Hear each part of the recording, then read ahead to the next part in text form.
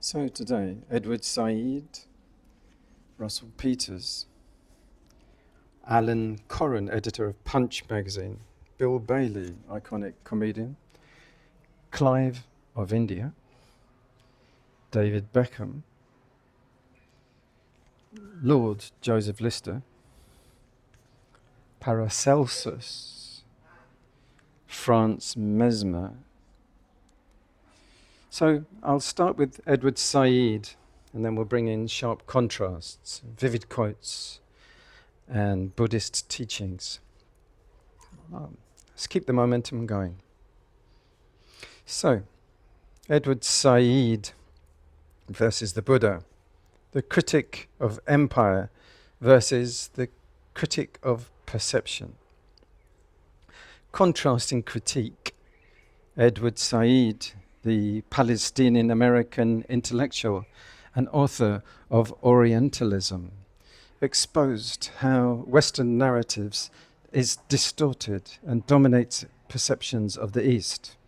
He wrote, "Every empire tells itself of the world that it's unlike all other empires, that its mission is not to plunder, not to control, but to educate and liberate." The Buddha, though not a political critic, revealed an even deeper distortion, how craving and ignorance shape all perception. The world is led by mind. When the mind is deluded, truth is unseen. Said critiqued external empires. The Buddha critiqued the mind as its own tyrant. Quirk and identity.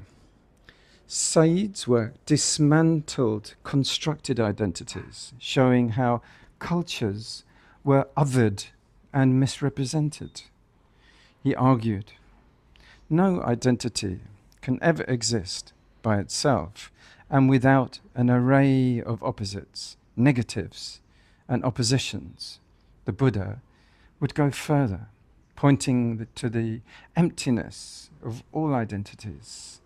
The self you cling to is a fabrication. Abandon it, and you abandon suffering. Imagine Said discussing colonial binaries with the Buddha. The Buddha might respond, truth lies beyond opposites. East and West, self and other, all dissolve in clarity. Attachment to narratives. Said revealed how power structures rely on narratives to control understanding. He wrote, stories are at the heart of what explorers and imperialists say about strange regions of the world. The Buddha taught that the most insidious story is the illusion of I, the story we ourselves about who we are. All narratives arise and pass away. Freedom lies in knowing they are empty. Sutta twist. The Buddha might have offered Said the Bahiya Sutta. When you see, let there be only what is seeing. When you know, let there only be knowing. In this way, the mind does not construct a self, and suffering ceases. Said, ever the intellectual, might reply that we cannot escape the power of stories. The Buddha, calm and wise, would answer, you do not need to escape them, only to see through them. This comparison brings Said's sharp critique into cultural distortions, into conversation with the Buddha's teachings on the constructed nature of perception and identity. So, it resonates, I think. Let's move forward with Russell Peters, when we're talking about cultures, versus the Buddha, the mocker of differences versus the teacher of non-duality between people. contrast in perspectives. Russell Peters, the Canadian-Indian comedian, gained fame for poking fun at cultural stereotypes and human quirks. He said, "I don't make the stereotypes, I just see them." His comedy exposes human differences with a mix of sharpness and affection. The Buddha, too, saw distinctions between cultures, castes, and identities, but taught that they are ultimately illusory. When one sees things as they are, there is no self or other. Differences dissolve in clarity. Peters makes us laugh at our differences. The Buddha leads us beyond them. Quirk and commentary. Peters' signature humour comes from his knack for cultural mimicry, exaggerating accents, behaviours, and misunderstandings. He would quip, "Indian parents don't play. If they say they'll give you one slap, they'll give you 5 to show you they're not liars." The Buddha, though not mocking, recognized how conditioning shapes our actions and views. He taught, actions arise from habit and ignorance. See the habit, and you are free of it. Imagine Peters riffing on human absurdities before the Buddha, who might gently reply, "Laughter at folly is wise. Freedom from folly is wiser." Attachment to the joke. Peters' comedy thrives on observation, but stops short of resolution. The Buddha would see this as the starting point.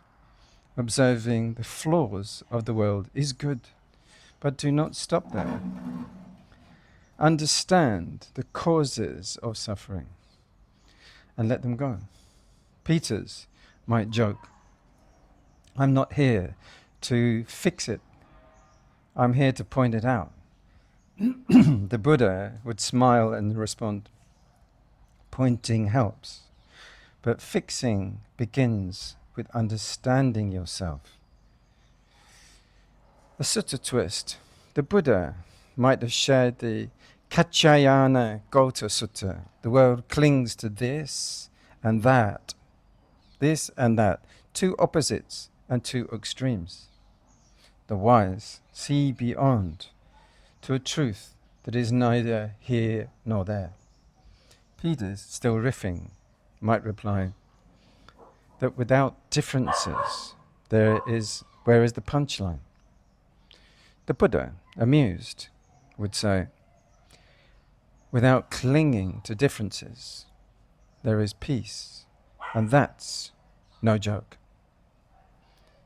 This version highlights Russell Peters' comedic lens on human quirks and contrasts it with the Buddha's deeper teaching on transcending differences and dualities. Let's move on to, I remember when I was a kid, I used to look the annual of Punch. So let's have a look at the editor of Punch magazine, Alan Coren, versus the Buddha. A wry satirist versus the teacher of ultimate clarity, contrast in wit and purpose, Alan Coren. The sharp-witted writer and humorist used satire to expose the absurdities of modern life. He quipped, "I'm not a vegetarian because I love animals. I'm a vegetarian because I hate plants." Coren's humor reveals the contradictions we often overlook. The Buddha, too, exposed life's contradictions, but with compassion and insight. He taught, what seems sweet brings suffering. What seems solid is empty. See this clearly, and you are free. Coren laughed at life's absurdities.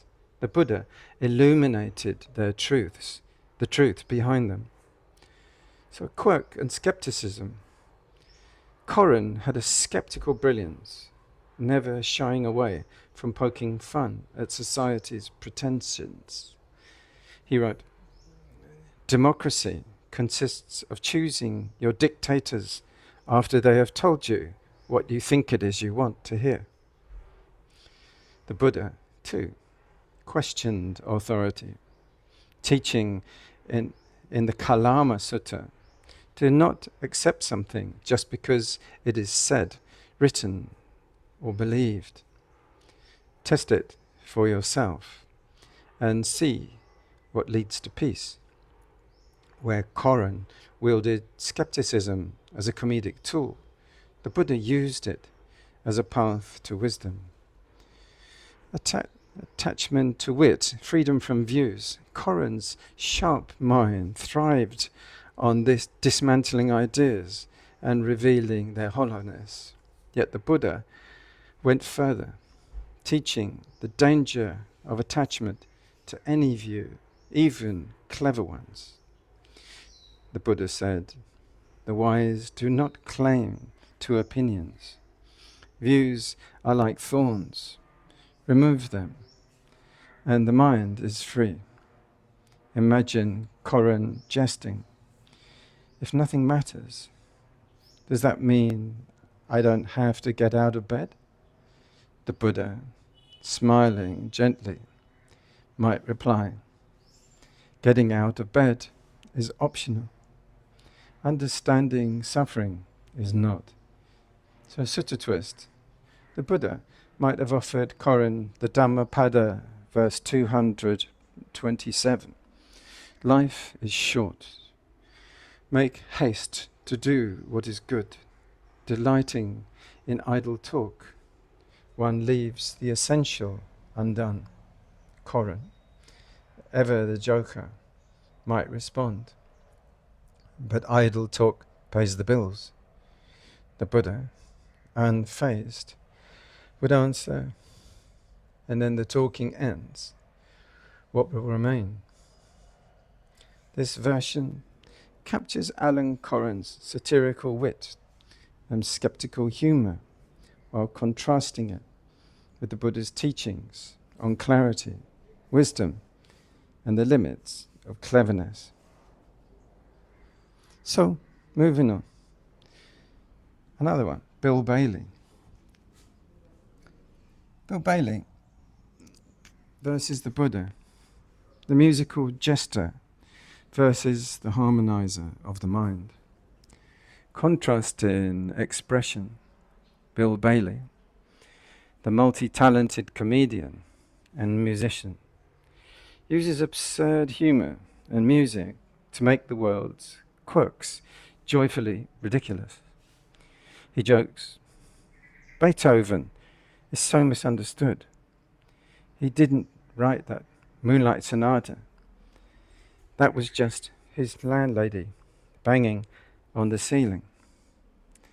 Bailey's comedy dances between silliness and satire, showing life's contradictions through laughter. The Buddha, too. He observed life's absurdities, but instead of making music from them, he pointed beyond them. Life's contradictions arise from craving and ignorance. Free yourself, and harmony will follow. Quirk and playfulness.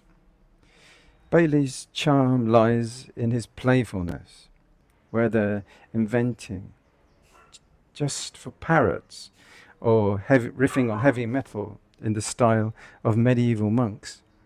He finds joy in blending the highbrow and the ridiculous. The Buddha, too, valued joy, but taught it as an inner state. Better than 1,000 empty words is one word that brings peace.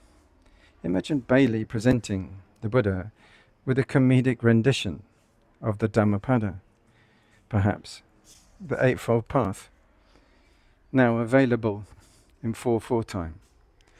The Buddha might smile gently and say, even laughter has its place.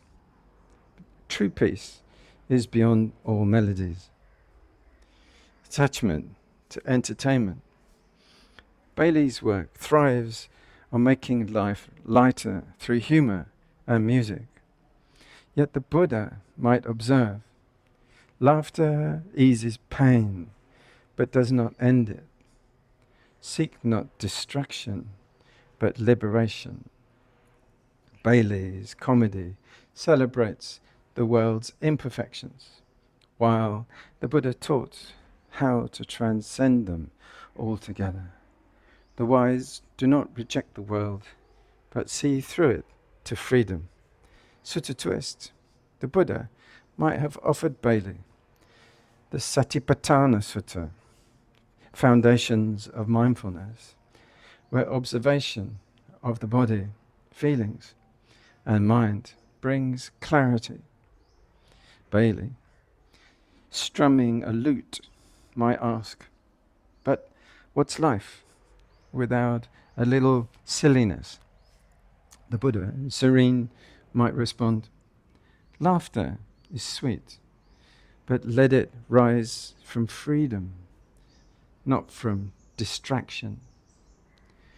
This comparison leans into Bill Bailey's eccentric charm, his joyful blending of music and comedy, while contrasting it with the Buddha's unshakable joy rooted in freedom. It's deeper. Bill Bailey. Let's move to Clive of India.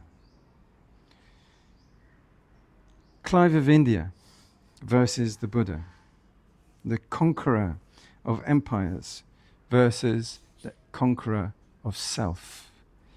Contrast in conquest.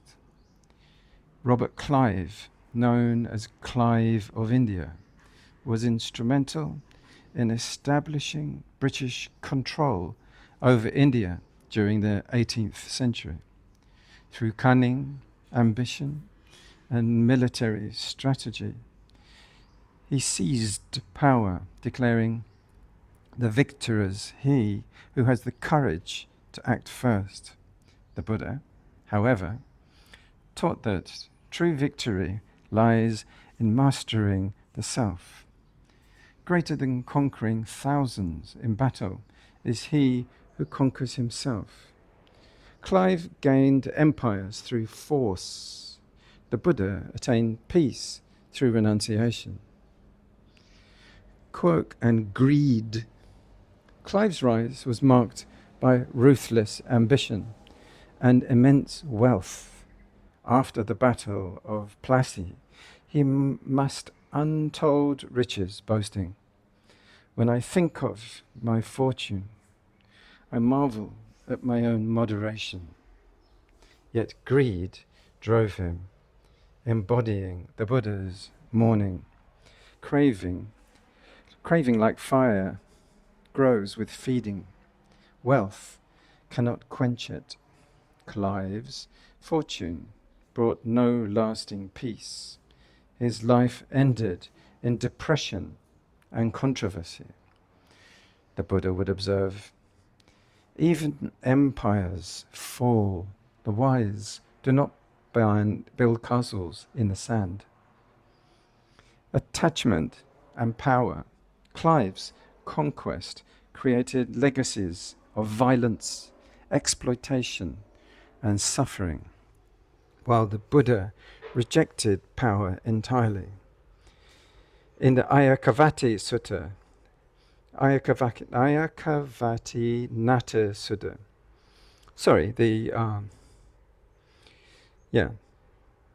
in the peace comes not through conquest, but through compassion. Imagine Clive standing before the Buddha, his medals gleaming.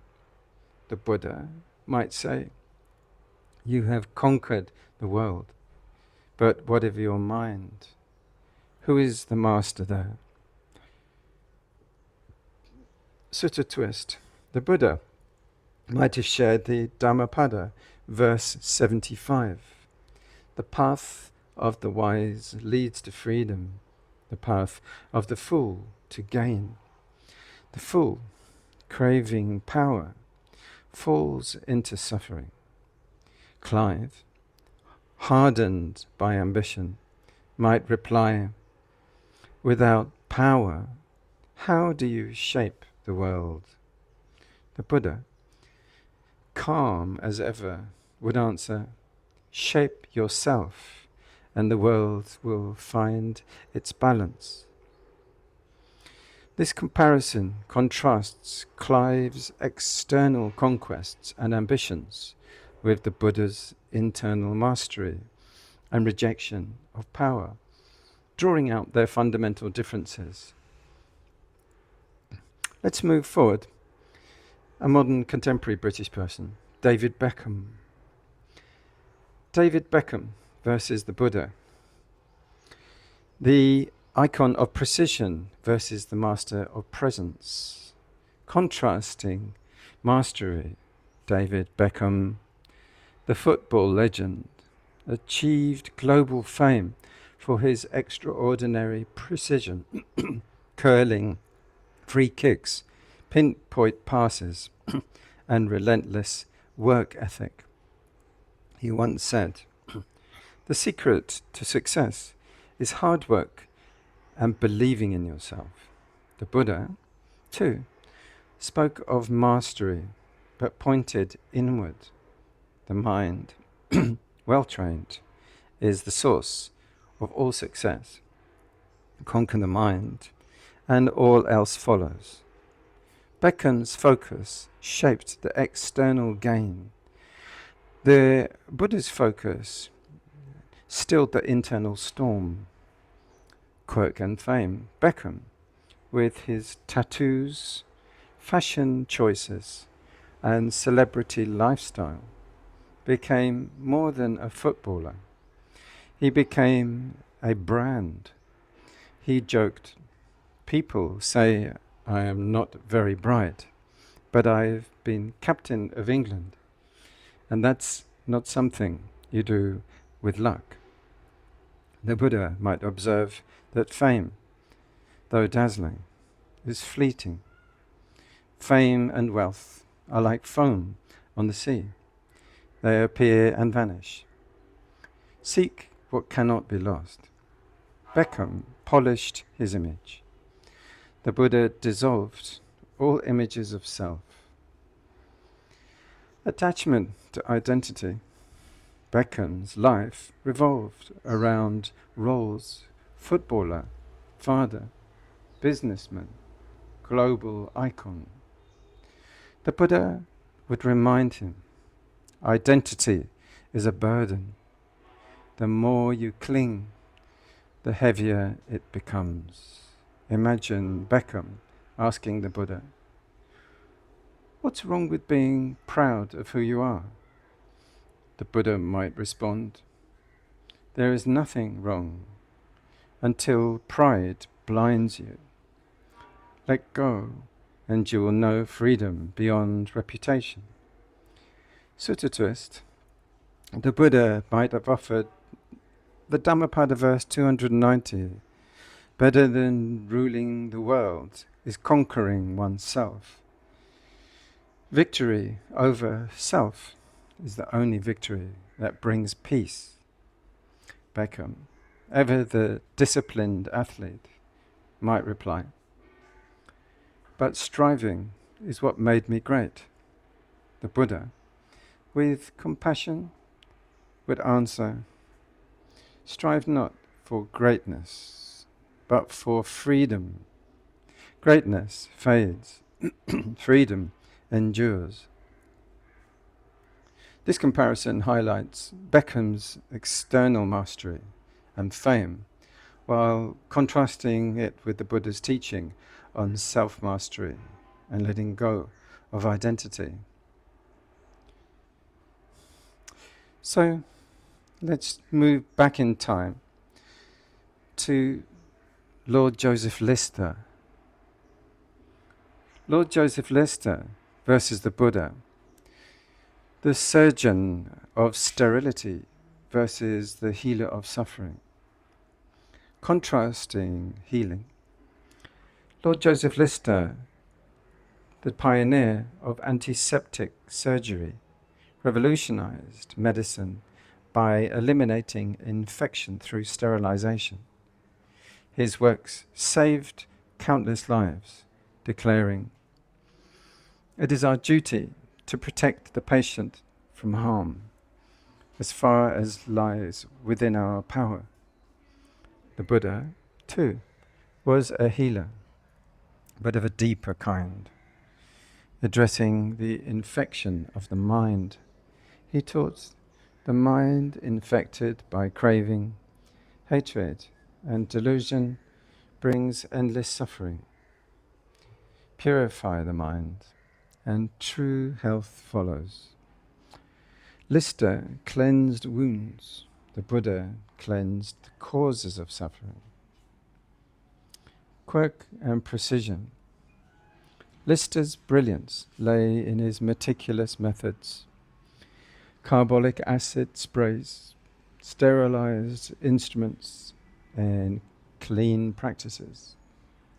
At a time when surgeons ignored hygiene, he was mocked for his obsession with cleanliness. The Buddha, too, offered meticulous practices, the Noble Eightfold Path, where right thought, speech, and action cleanse the mind. He taught, the impure mind leads to harm. The purified mind is the greatest protection.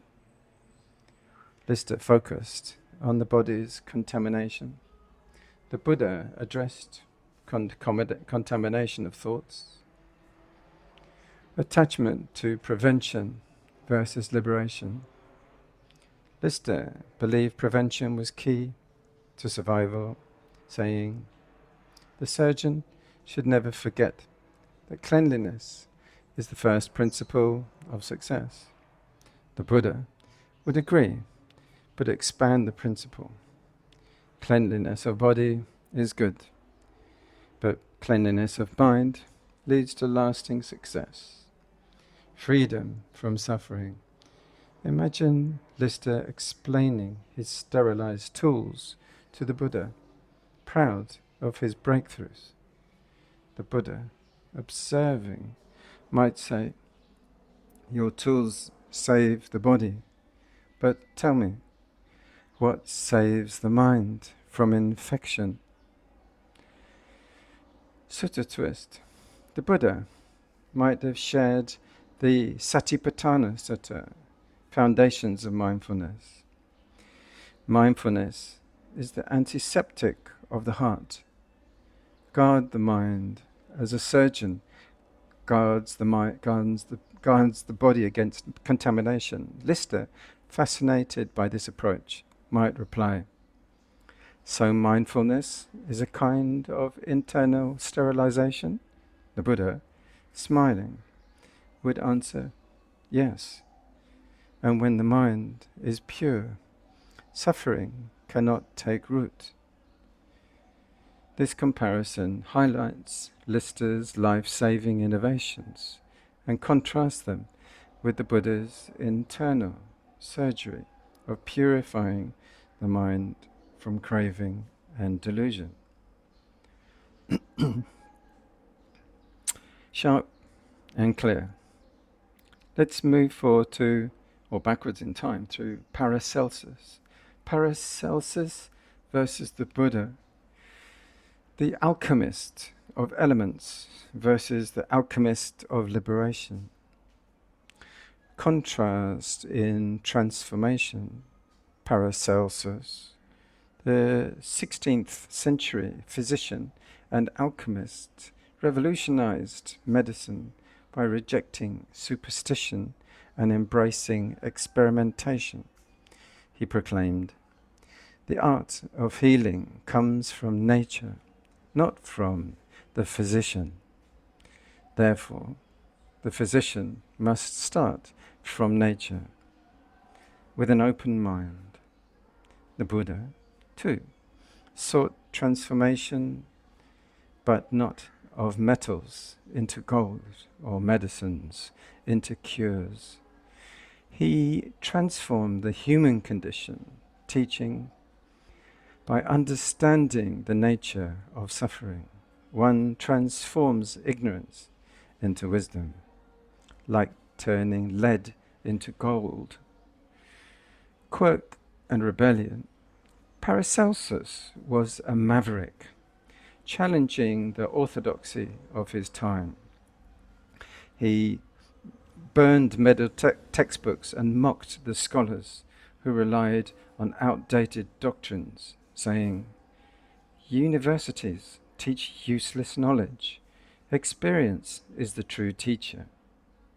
The Buddha, similarly, rejected the empty rituals of the Brahmins and challenged dogma, knowing truth does not come through scripture or tradition, but through direct experience of the mind.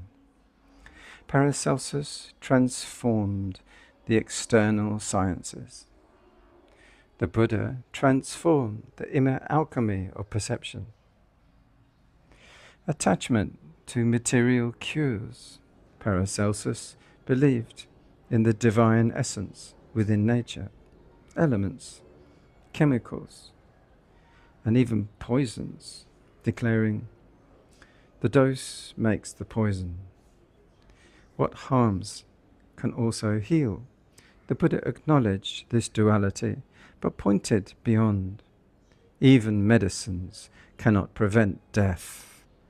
True healing comes not from the world, but from ending attachment to it. Imagine Paracelsus is mixing potions before the Buddha, proudly proclaiming, "This elixir can cure the body." The Buddha, calm and clear, might reply, "And what will cure the craving that keeps you bound to the body?" Sutta twist. The Buddha might have offered Paracelsus the simile of the snake, Alagadupama Sutta. Misused, even wisdom becomes poisonous. Properly understood, it leads to freedom. Paracelsus, ever the pragmatist, might reply, "All things in nature have a purpose, even poisons." The Buddha would gently answer, "True purpose is found not in the elements, but in freeing the heart from suffering." This version contrasts Paracelsus' revolutionary external transformations, alchemy and medicine, with the Buddha's internal alchemy of wisdom and liberation. Enough magic? Have some more. A little bit later in time, Franz Mesmer, as in feeling mesmerized. Franz Mesmer versus the Buddha, the master of magnetism versus the teacher of liberation. Contrast in focus. Franz Mesmer, the pioneer of animal magnetism, believed in unseen energies flowing through all living beings. He claimed to heal physical and mental ailments by manipulating these magnetical forces, declaring, "Nature's power flows invisibly. I only hope to align it." The Buddha, too, he understood invisible forces, but not as external energies. He taught the mind is the source of all experience. Train the mind, and all disturbances subside. Mesmer worked on the body's supposed magnetic flow. The Buddha revealed that deeper currents of thought in craving. Quirk and Mystique. Mesmer's dramatic techniques, waving hands, magnets, and group trances, earned him fame and ridicule. Patients described his presence as hypnotic, bordering on miraculous. The Buddha, though equally transformative, avoided spectacle, teaching quietly and under a tree. Miracles do not lead to freedom. Wisdom does. Imagine Mesmer demonstrating his magnetism to the Buddha, claiming, "I can align the energy of others." The Buddha might reply, "Align your own mind, and the rest will follow." Attachment to technique versus insight. Mesmer's healing relied on ritual and external manipulation, which the Buddha might have cautioned against. Techniques that do not address the root causes are like treating symptoms while ignoring the disease. While Mesmer sought harmony through energetic balance, the Buddha pointed to the ultimate cure. Suffering ends not through manipulation, but through understanding and letting go. Sutta twist. The Buddha might have offered Mesmer the Arya Parayaya Sana Sutta, the Noble Search, that seek not the conditions for healing, but the unconditional for freedom. Mesmer, ever the showman, might reply, "But energy is the bridge between body and mind."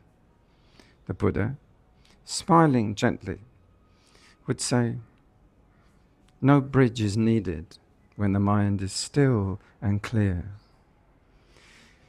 This comparison highlights Mesmer's dramatic methods and contrasts them with the Buddha's quiet, profound insights into the mind's workings. Okay, thank you once again. Take care. May many people be free from suffering.